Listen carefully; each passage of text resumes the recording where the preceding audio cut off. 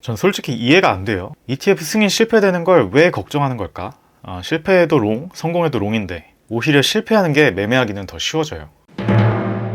ETF 예상 승인일이 1월 10일이니 이제 2주 안쪽으로 들어왔습니다. 승인 확률이 누구는 90%다, 누구는 99%다 라고 하는데요. 이런 기사들이 1월 10일에 ETF가 승인되는지 여부를 더 중요하게 보이게 만드는 것 같아요. 사실은 꼭 그렇지는 않은데 말이죠. 오늘은 왜 그렇지 않다고 생각하는지 이유들과 함께 미승인 시의 시나리오에 대해 생각해 보겠습니다. 여러분이 궁금해하시는 게 혹시라도 이번에 SEC가 ETF를 통과시키지 않으면 어쩌냐는 것이죠. 비트코인의 미래에 큰 일이 날까요? 전 아니라고 봐요. 지금 SEC는 ETF 상품을 출시하려는 자산운용사들과 급박하게 여러 차례 미팅을 가지고 있습니다. 그리고 계속해서 내용을 수정해서 다시 제출하라고 요청을 하고 있어요. 오늘 새벽에 나온 뉴스에 따르면 SEC가 AP 부분을 공란으로 두지 마라, 채워와라 라고 요구를 했는데 여러 자산운용사들이 공란을 채워왔죠. SEC도 할 일이 없는 곳이 아닌데 이 정도까지 노력을 한다? 적어도 승인할 의사가 있다는 겁니다. 대중의 관심도 늘어나고 있고 이젠 전통 금융권과 여러 국가들까지도 비트코인 시장에 뛰어들려고 하고 있습니다. 이 시장이 돈이 된다는 걸 깨닫고 있죠. 게다가 거시적으로 내년 금리 인하, 반감기 등의 호재들이 여전히 존재합니다. 그렇다면 이번 1월에 혹시라도 낮은 확률이지만 미승인이 났을 때 시장의 반응은 어떨까요? 물론 단기 충격은 있고 뉴스들이 쏟아지면서 겁을 주겠지만 머지않아 개미들이 다 털리고 나면 언제 그랬냐는 듯이 이번에 안 됐어? 어쨌든 ETF 신청안은 계속 수정 중이고 SEC도 거절할 특별한 명분도 없네. 그러면 1월에 안 됐으면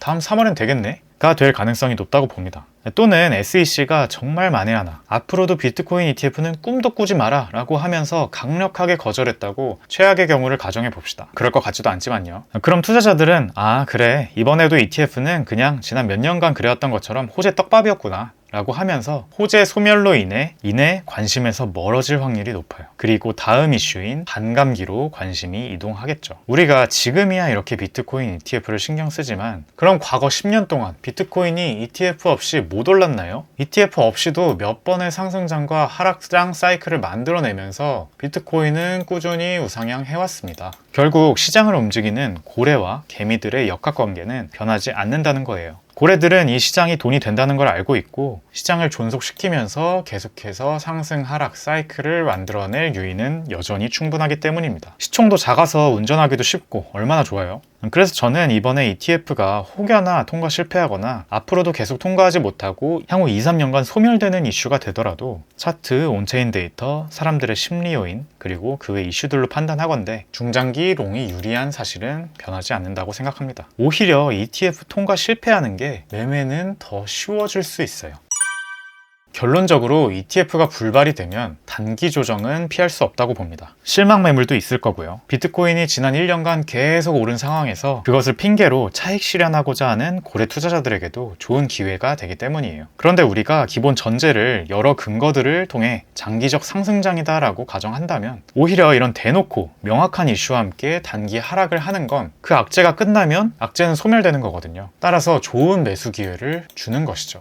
ETF 불발 시에는 아마도 38K 위에서 조정을 마치고 다시 상승하는 메인 시나리오보다는 음봉이 오버슈팅 나오면서 38K를 깨고 내려가는 서브 시나리오로 갈 확률을 염두에 두어야 될 것 같고요. 서브 시나리오는 뭐였냐면 비록 38K를 깨고 내려가더라도 아무리 내려가도 27K 미만으로는 내려가지 않는다. 즉 38K에서 27K 사이 어딘가까지 조정을 마치고 다시 상승장 시작한다 라는 것이고요. 이때 이 조정은 다음 상승장을 위해 언젠가는 나와야만 했던 고점 가격 대비 마이너스 25에서 마이너스 30% 수준의 마지막 조정이자 우리가 다시 못 볼 마지막 매수 기회, 차라리 이번에 한번 나와주고 상승장마저 진행할 확률이 높다라고 보고 있습니다. 하락폭이 제한적일 것이라고 생각하는 이유가 한 가지 더 있는데요. 아까 말씀드린 것처럼 비트코인에 있어 ETF 외에는 아무것도 변한 게 없는 여전히 상승장 초입의 단계에 있기 때문이에요. 또 지금까지 비트코인을 사고 싶었는데 아래에서 못 주었던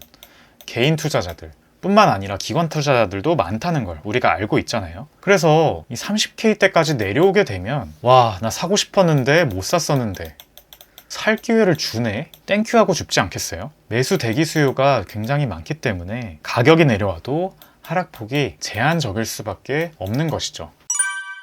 매매 전략은 어떻게 해야 할까? 오늘 주제가 ETF 통과 못하면 어떻게 될까이지만 사실 통과될 확률이 훨씬 더 높은 것으로 예상되고 있잖아요. 그래서 메인 시나리오, 즉 38K 위에서 조정을 마치고 다시 올라간다는 시나리오를 여전히 우선으로 놔야 한다는 것은 동일합니다. 저도 지난 영상에서 말씀드린 것처럼 최근 일주일의 조정 동안 계속해서 추가 분할 매수를 하고 있습니다. 솔직히 제 메인 시나리오대로 38K 위에서 조정을 끝내고 빠르게 올라가는 시나리오라면 조정의 모양은 크게 두 가지밖에 안 남았다고 생각합니다. 첫 번째가 40.2K, 여기 저점을 깨지 않고 오늘 아침에 나왔던 41.5K 부근에서 저점 만들고 W, X, Y로 조정을 끝내고 올라가는 시나리오고요. 아니면 40.2K 저점을 깨고 길게 W, X, Y 이런 식으로 진행되는 시나리오. 보통 조정이 앞에서 급격하게 가격 조정이 나오면 뒤에 조정은 지그재그로 기간 조정이 나오는 경우가 많거든요. 그래서 매매도 41.5K에서 오늘 아침에 한번 했고 올라와서 1시간봉 상담 만드는 거 보고 42K에서 한 번 더 했습니다. 이제는 잠깐 쉬다가 CME 선물 갭이 있는 39K 구간까지 내려오면 한 번 더 추가 매수할 계획입니다. 혹시 조금 더 하락한다면 38.5K 구간도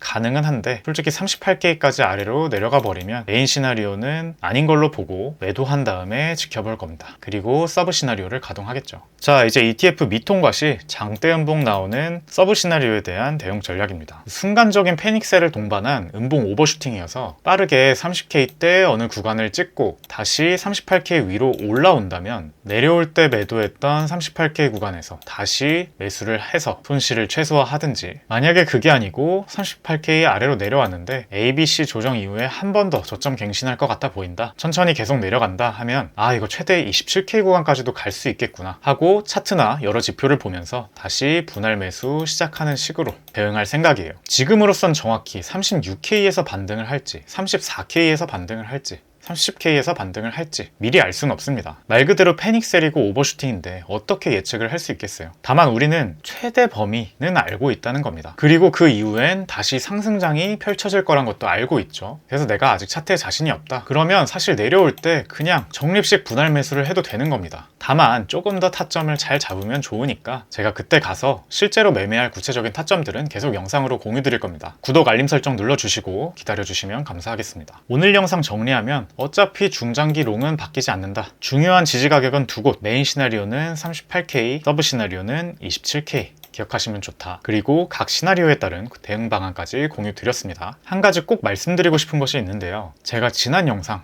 2024년 전망 영상 정말 정성 들여 만들었거든요. 거기서 말씀드린 것처럼 어차피 장기적인 상승장이기 때문에 단기 조정장이 왔을 때 애매한 구간에서 손절해서 시드 털리는 선택이 최악입니다. 음봉이 너무 커지면 27K까지도 내려갈 수 있다는 거 기억에 새기시고요. 그럼 두 가지 방안이 있을 텐데, 첫 번째, 빠르게 대응하는 방식이 있겠죠. 손절할 거면 딱 기준 정해서 저처럼 38K 부근에서 빠르게 미련 없이 매도하시고 다시 올라오면 진입각 보시든지, 두 번째, 존버하는 방식이 있겠죠. 내가 최대 27K까지도 존버할 각오가 되어 있는지 미리 체크하시고 결심했으면 어중간한 데서 손절 치지 마시고 다시 올라올 때까지 끝까지 존버하시는 게 좋다고 생각합니다. 최악의 경우가 빨리 손절도 안 했으면서 애매하게 30K 때 초중반쯤 갔을 때, 이때 뉴스에 부정적인 전망들이 나온다든지 주변 사람들이 비트코인 ETF도 안 됐어, 희망 없어 라고 말하는 것에 쫄아서 손절하는 게 최악이에요. 그런 상황에 오면 코리니 분들은 이성적인 상황 판단이 되기 어려우실 거기 때문에 지금이 미리 계획 세워놓으셔야 할 때라서 일부러 지금 타이밍에 미리 말씀드리는 겁니다. 어떻게 하실지 미리 정하세요. 딱 하나만. 그리고 비트코인 ETF가 설사 1월 10일에 불발이 되더라도 그걸 위기가 아니라 기회로 보세요. 아무리 내려도 마이너스 30%, 즉 27K 아래로 내려가긴 힘들다고 보고요. 지금은 상승장의 초입입니다. 애매하게 털리지 마세요.